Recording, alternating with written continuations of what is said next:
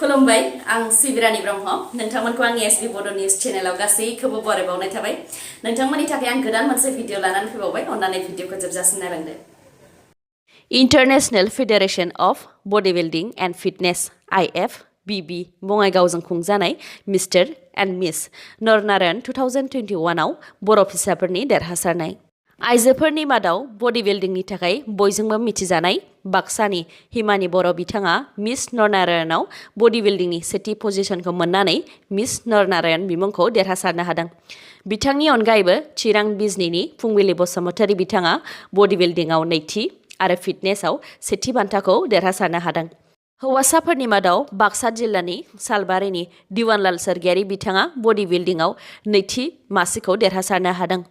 बिनि सिगांबो बिथाङा गुवाहाटीआव खुंजानाय मिस्टार कामरुप 2021 आरो कार्बि आंलंआव खुंजानाय मिस्टार आसाम 2021 आव थामथि मासिखौ मोननो हादोंमोन। बिथाङा 1 मेआव जानो गोनां मिस्टार सरायघाटआव बाहागो लाबावगोन। उननि समाव बिथाङा मिस्टार इन्डियायाव बाहागो लागोन होननानैबो मिथिहोदों। आसामनि मन्त्रि डक्टर हिमन्त बिश्व शर्मा बिथांखौ बुथारनायनि सोलो एबा प्लानिं खालामनायनि दायाव आसाम पुलिसआ साथामखौ हमनो हादों। आसाम पुलिसआ फन टेपिं खालामनायाव मोननाय बायदिब्ला कार्बि आंलंनि BJPनि दैदेनगिरि आरो बारग' EM जीवन पाठकनि फंबाय मानव पाठकआ आल्फानि दैदेनगिरि प्रदीप गगैनो फन हरनानै बुंहरदों दि बिसायख'थिनि समाव डक्टर हिमन्त बिश्व शर्माखौ बम बेरहोनानै नङाब्ला गुलि गावनानै बुथारोब्ला मोजांथार जागोन। मानव पाठक आरो आल्फानि दैदेनगिरि प्रदीप गगैनि गेजेराव फननि गेजेरजों बे सावरायलायनायखौ फन टेपिंनि गेजेरजों मिथिनो मोननानै आसाम पुलिसआ दा बिसोर सानैजों लोगोसे काटमडी मुंनि सासे सुबुंखौबो हमबाय। आसाम पुलिसआ दा बे केसखौ क्राइम ब्रान्चनो गथायबाय आरो नायबिजिरनाय खामानिखौ मावगासिनो दङ। आसाम सोरखारा गांसे फोसाव बिलाइनि गेजेरजों आसामाव बिसायख'थिनि सानथामखौ पेइड हलिडे फोसावबाय।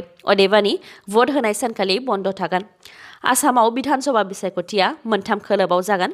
गिबि खोलोबनि बिसायख'थिया मोन 47 बियाबनि थाखाय 27 मार्चआव जागोन। नैथि खोलोबनि बिसायख'थिया मोन 39 बियाबनि थाखाय 1 एप्रिलाव जागोन आरो थामथि खोलोबनि बिसायख'थिया मोन 40 बियाबनि थाखाय 6 एप्रिलाव जागोन।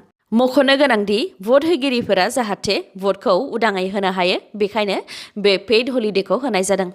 भट होनायनि सानाव सोरबा कम्पानिफोराव खामानि मावग्रा एबा साख्रि मावग्राफोरा बे सानाव खामानियाव थाङाब्लाबो सानसेनि मोननो गोनां रांखौ मोननो हागोन।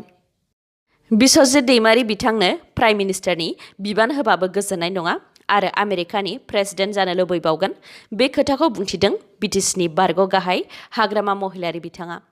क'क्राझार जिल्लानि गसाइगाव महकुमानि सिङाव थानाय लक्ष्मी धाबा कमप्लेक्सआव BPF हानजाया मोनसे हाबनाय हाबाफारि खुंदोंमोन। बे हाबाफारियाव हाग्रामा महिलारी बिथांजों लोगोसे बारग' MLA माजेन्द्र नार्जारी MCLA मृत्युन्जय नार्जारी आरो गोबां दैदेनगिरिफ्रा बाहागो लादोंमोन। बिस्वजित दैमारी बिथांनो 64 नं पानेरी बियाबनिफ्राय टिकेट होनायनि सायावनो हाग्रामा महिलारी बिथाङा बुंथिदों दि बिस्वजित दैमारीनो प्राइम मिनिस्टारनि बिबान होबाबो गोजोननाय नङा आरो आमेरिकानि प्रेसिडेन्ट जाबावनो लुबैगोन।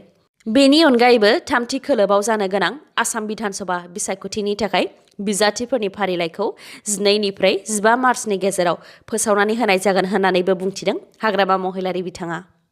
इउटुबार धनजिब रामसियारि बिथाङा बावैसो सान सिगां लकसभानि बारग' MP सानसुमा खुंगुर बैसोमुतियारि, डक्टर मंगल सिं हाज'वारि, बर' थुनलाइ आफादनि आफादगिरि थरेन बर' आरो गाहाय नेहाथारि प्रशान्त बर' बिथांमोननि हेंथायै माखासे खोथा बुंनायनि सायाव लकसभानि बारग' MP सानसुमा खुंगुर बैसोमुतियारि बिथाङा फिननाय होदों। बर'नि गेजेरनिफ्राय मिलिटेन्ट हानजा जोनोम जाफिनोब्ला एबा सोरबा हाग्रायाव थांफिनोब्ला गुबै दायनिगिरिया सानसुमा खुंगुर, थरेन बर', मंगल सिं हाज'वारि आरो प्रशान्त बर'नि दाय जागोन होननानै अजद दैखांदोंमोन बिथाङा।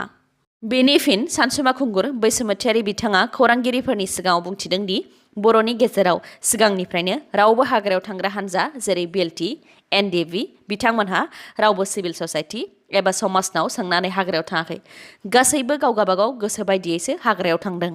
बेजों लोगोसे बिथाङा गोजोनखौ हास्थायग्रा महरै बर'नि सोरबाफोर हाग्रायाव थांफिनदोंब्ला एबा थांफिननो नागिरदोंब्ला हाग्रायाव थाङालासे समाजाव थानानैनो समाजनि मोजांनि थाखाय खामानि मावनांगौ होननानै खावलायहरदों बिथाङा। नंखाय खौरां फोसावालासे समाजनि गोरों गोरा बैसो जानाय जाय बिथांमोनहा सिगांनि समनिफ्रायनो बर' सुबुं सोमावसारनायाव आरो बर' हारिखौ दाबोनायाव थैस' थांस' नांबोदों आरो मदद होबोदों बिथांमोनखौ मान होनो थाखाय खावलायहरदों जाहाथे समाजाव मोजां बारहावाया थायो। बेनि अनगायैबो बिथाङा बुंथिबावदों दि गोजोन गोरोबथा जानायनि बोसोरसे उनावबो एनडिएफबिनि गायसनगिरि रन्जन दैमारि बिथांजों लोगोसे गोबां बारग' एनडिएफबिनि सोद्रोमाफोरा दासिमबो मानो जोबथेसालियाव थानो गोनां जादों होननानैबो सोंथि खालामदों। लोगोसे हाथियार गथायनाय माखासे बिएलटि आरो एनडिएफबिनि सोद्रोमाफोरखौ आसाम सोरखारा पुलिस आरो सिआरपिएफनि गेजेरजों गोजोनै थानो होआखै होननानैबो बुंथिदों बिथाङा। एनडिएफबिनि गायसनगिरि रन्जन दैमारिखौ सिगनेचार एबा सागान होनो थाखायल' जोबथेसालिनिफ्राय दिहुननानै दिल्लीसिम लांनानै सागान होखांनायनि उनावनो जोबथेसालियाव जोबनानै दोनफिनदों होननानैबो अजद दैखांदों बिथाङा। बेनि अनगायैबो बिथाङा सोरखारखौ खावलायहरदों दि जोबथेसालियाव जोबथेनानै दोनजानाय गासै बारग' एनडिएफबिनि सोद्रोमाफोरखौ जेनेरेल एमनेस्टि फोसावनानै जेबो साजा होआलासे केसफोरखौ बोखारनानै जोबथेसालिनिफ्राय थाबैनो उदां खालामनांगौ जाहाथे समाजाव गोरोबनानै थाफैनो हायो। भिडिअखौ जोबजासिम नायलांदो लोगोसे नोंथाङा दासिमबो आंनि चेनेलखौ साबस्क्राइब खालामाखैबा अन्नानै साबस्क्राइब खालामदो लोगोसे बेल आइकनखौबो क्लिक खालामदो जाहाथे गोदान गोदान भिडिअ लानानै आं फैयोबा नोंथांनाव सिगांग्रो नटिफिकेसन सौहैयो। दासान्दि मोब्लिब बिफाना बिलनि सायाव बेले बेजे खालामबाय थानाया सोराङाव फैदों। नांनायनि बारा मोब्लिब बिल फैनायखौ लानानै तामुलपुर नाग्रिजुलिनि कुम्भिझार आरो जयपुर गामिनि रायजो राजाफोरा खुद्रिखांदों।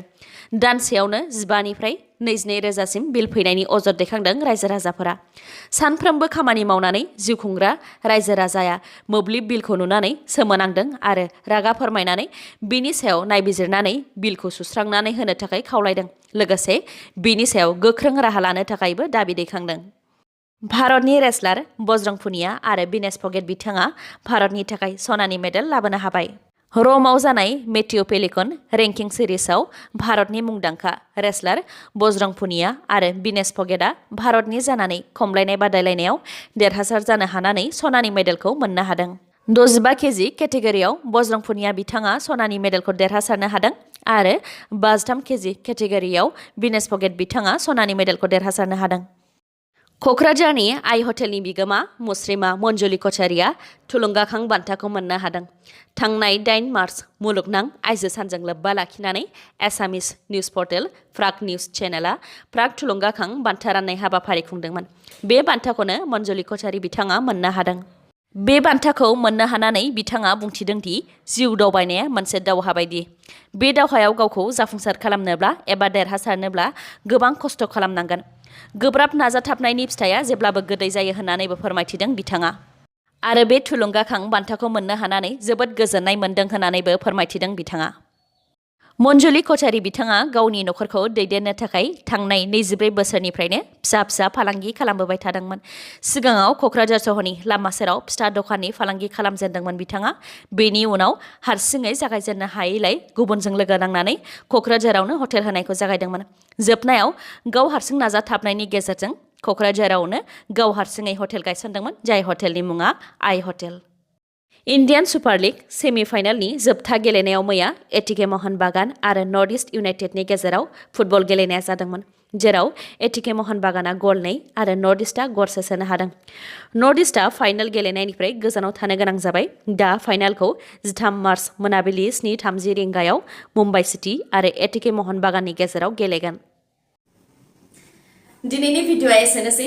गाबोन आरो गोदान भिडिअजों लोगो मोनफिनबावगोन। नोंथाङा दासिमबो आंनि चेनेलखौ साबस्क्राइब खालामाखैबा अन्नानै साबस्क्राइब खालामदो लोगोसे लाइक कमेन्ट आरो शेयार खालामनो दाबाव। गोजोन्थों।